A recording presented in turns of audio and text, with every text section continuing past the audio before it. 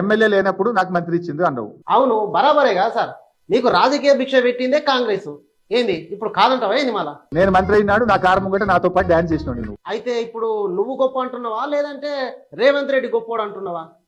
నీ కారు ముందట డాన్స్ చేసిన ఆయనే రాష్ట్రానికి ముఖ్యమంత్రి అయ్యాడు, నువ్వేడున్నావు? మంత్రి పదవి పోయి ఉత్త ఎమ్మెల్యేగా ఉన్నావు. మా బీఆర్ఎస్ పొత్తుతోనే నువ్వు మొదటిసారి ఎమ్మెల్యే అయినావు. నీకు కృతజ్ఞత ఉన్నదా బీఆర్ఎస్ పార్టీ మీద? మరి నీకేమన్నున్నదా?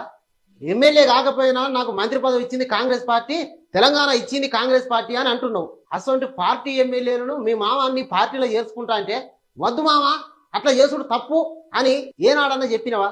కృతజ్ఞత నువ్వు తీర్చుకున్నావా? కాంగ్రెస్ గురించి నీ మాట్లాడిన ఐదు ఎక్కడే? మరి నీకున్నదా సార్?